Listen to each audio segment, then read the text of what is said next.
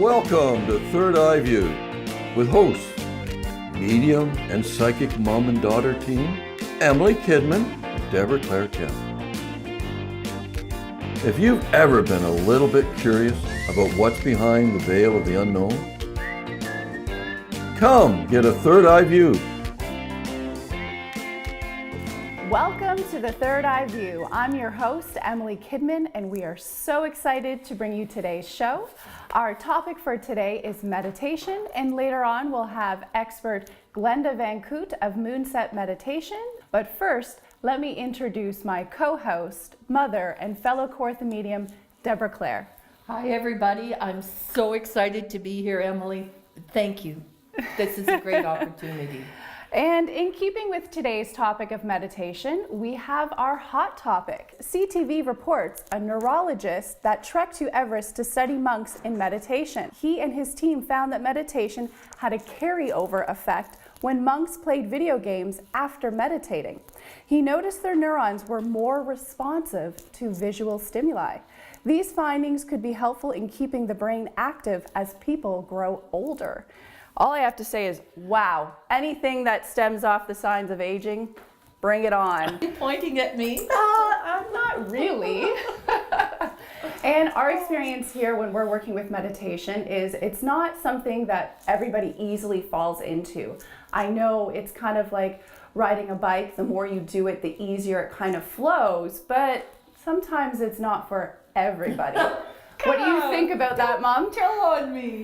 Yes, I really feel that at times it's difficult to get the practice going, but it's so worthwhile once we get doing it.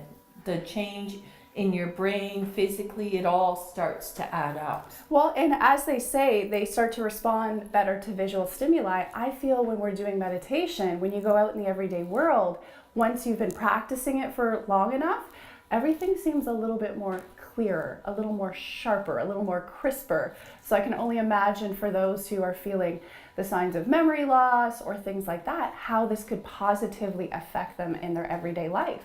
Well, there's so much coming at us all the time. It's so wonderful to go inside and actually have it from the inside and have it in your own mind.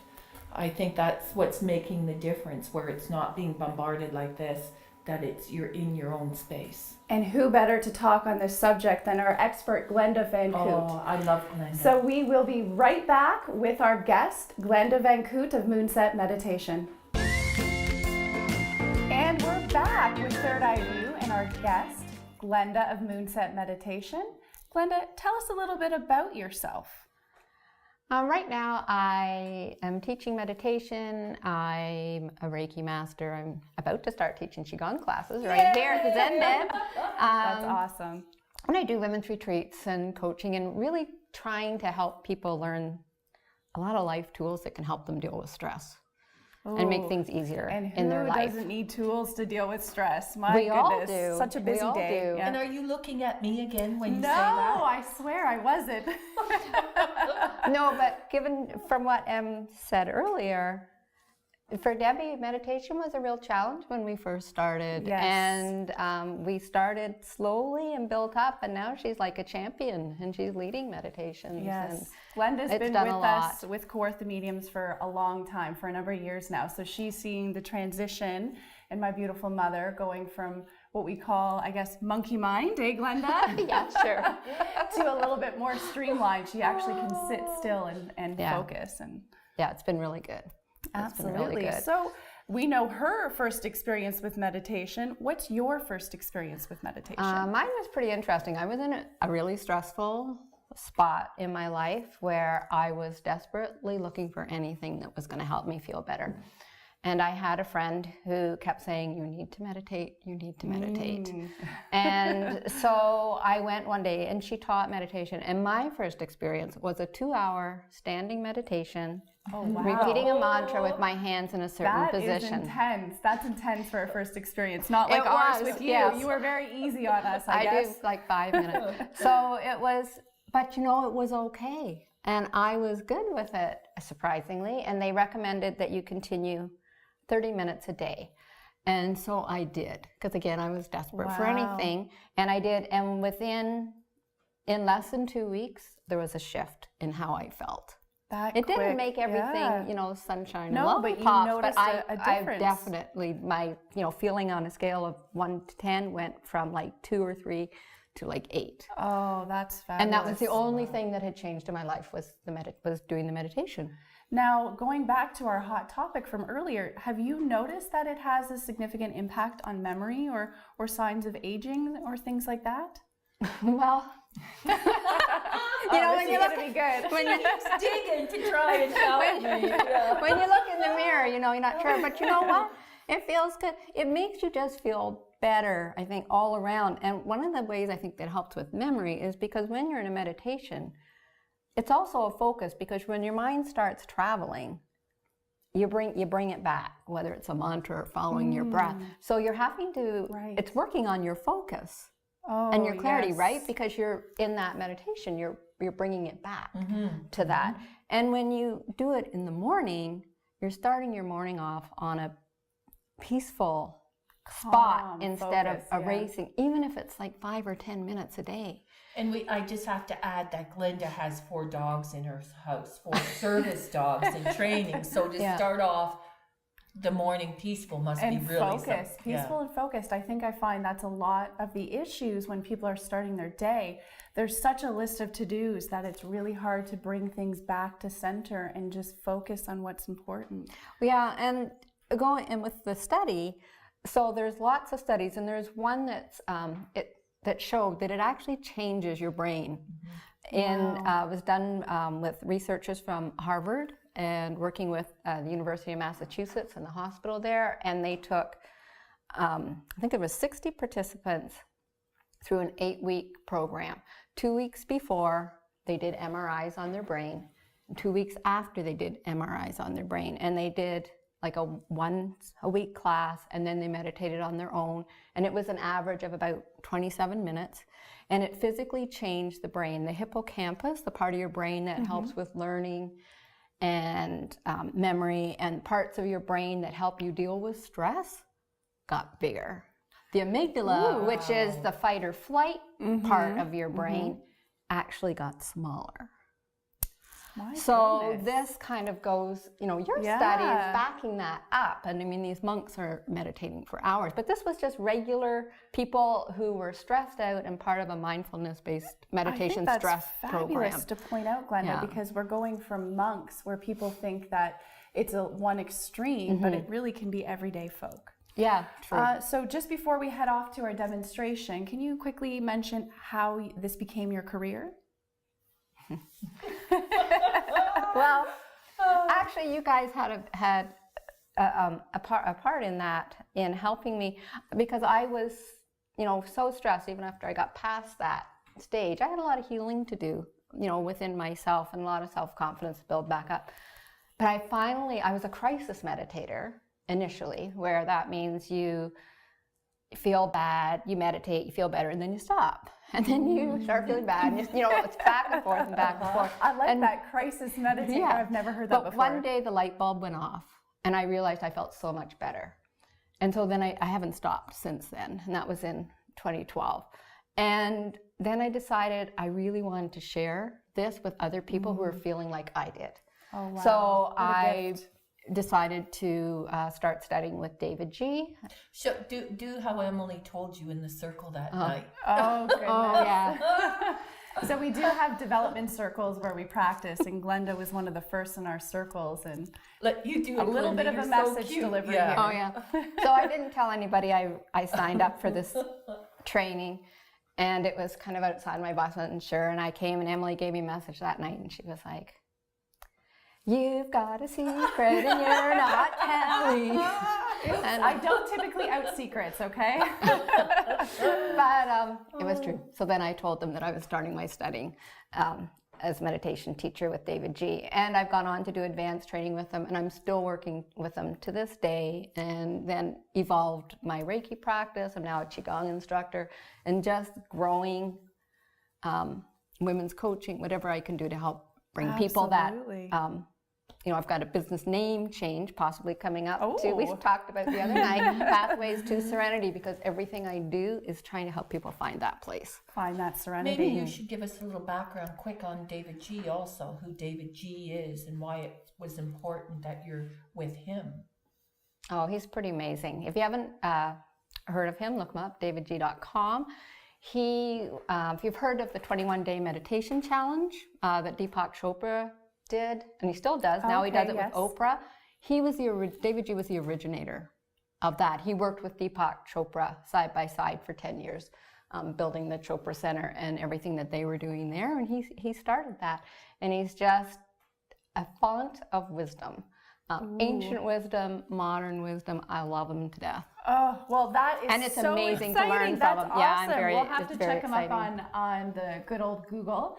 So without further ado, we'll be right back with our live demonstration with Glenda van Koot. And we're back with Third Eye View and our guest, Glenda van Koot, who's going to be demonstrating meditation.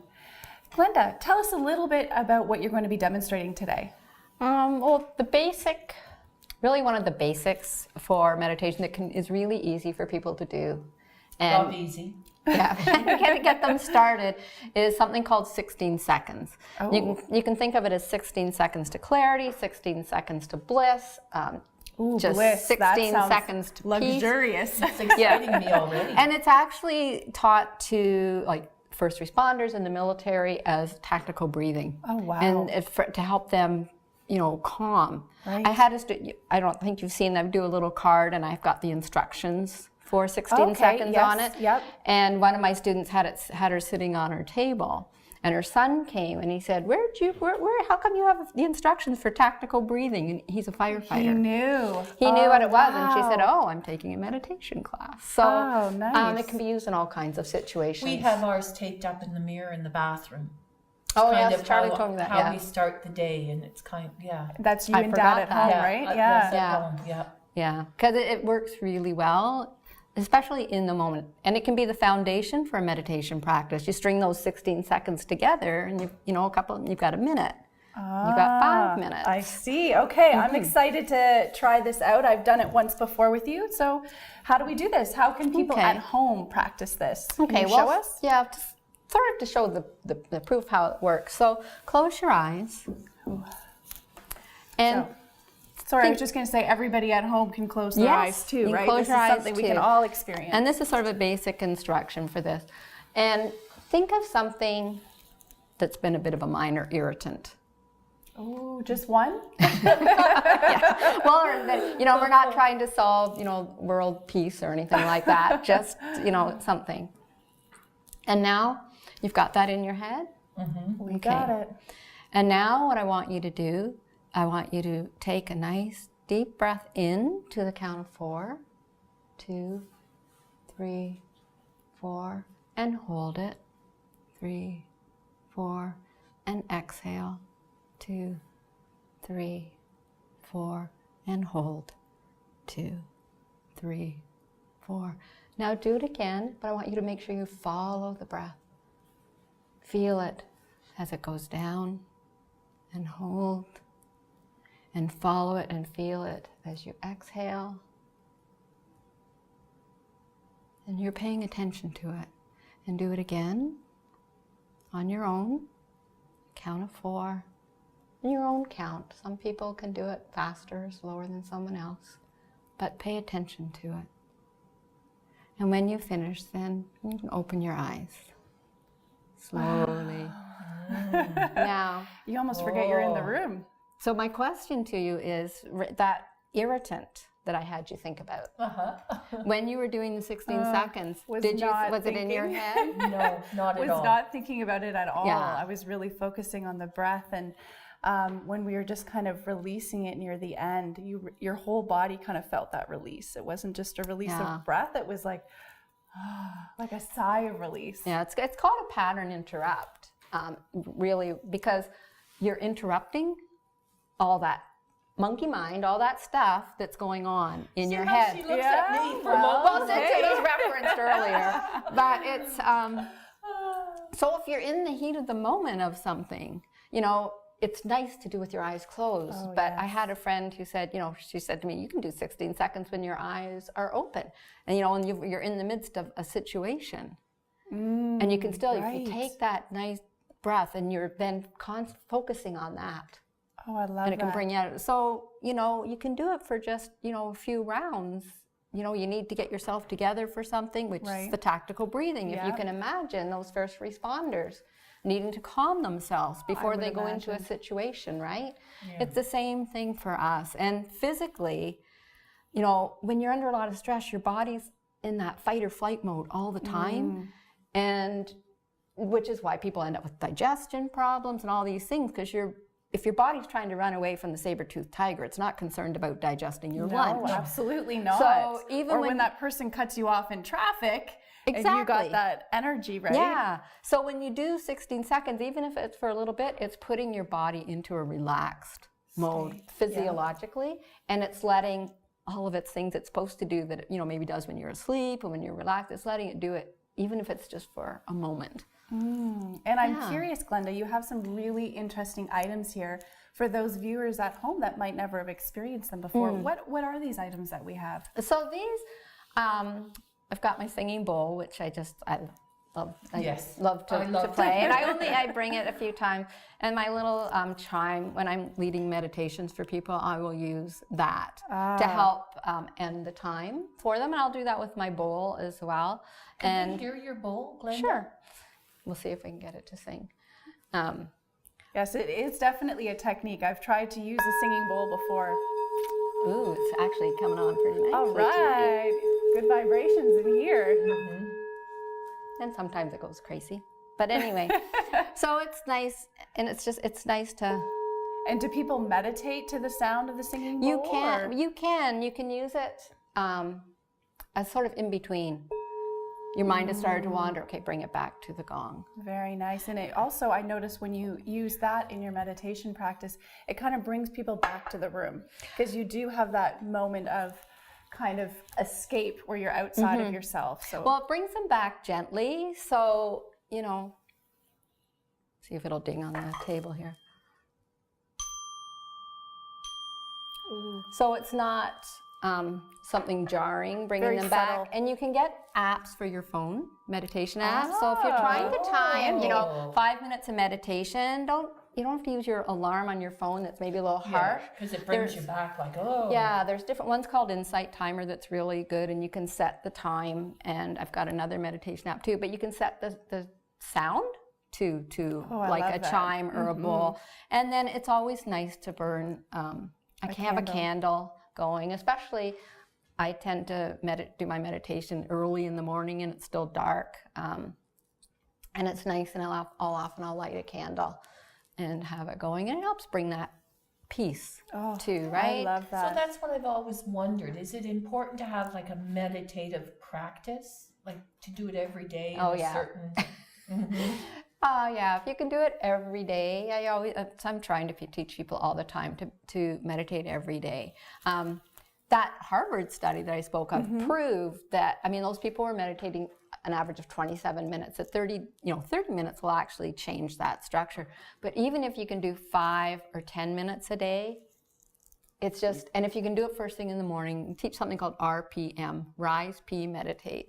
So it's kind of whatever they can kind of fill in. So if they can do that practice, or if they can do it as short or as long as that they have time for. Yeah. Well, thank you so much, Glenda. You're welcome. That was a fabulous experience. Thank you for having me. And thanks so much for coming. If you at home have questions about meditation, feel free to comment on this video or send us an email. Until next time, we're Quirky Mediums, and we have your third eye view.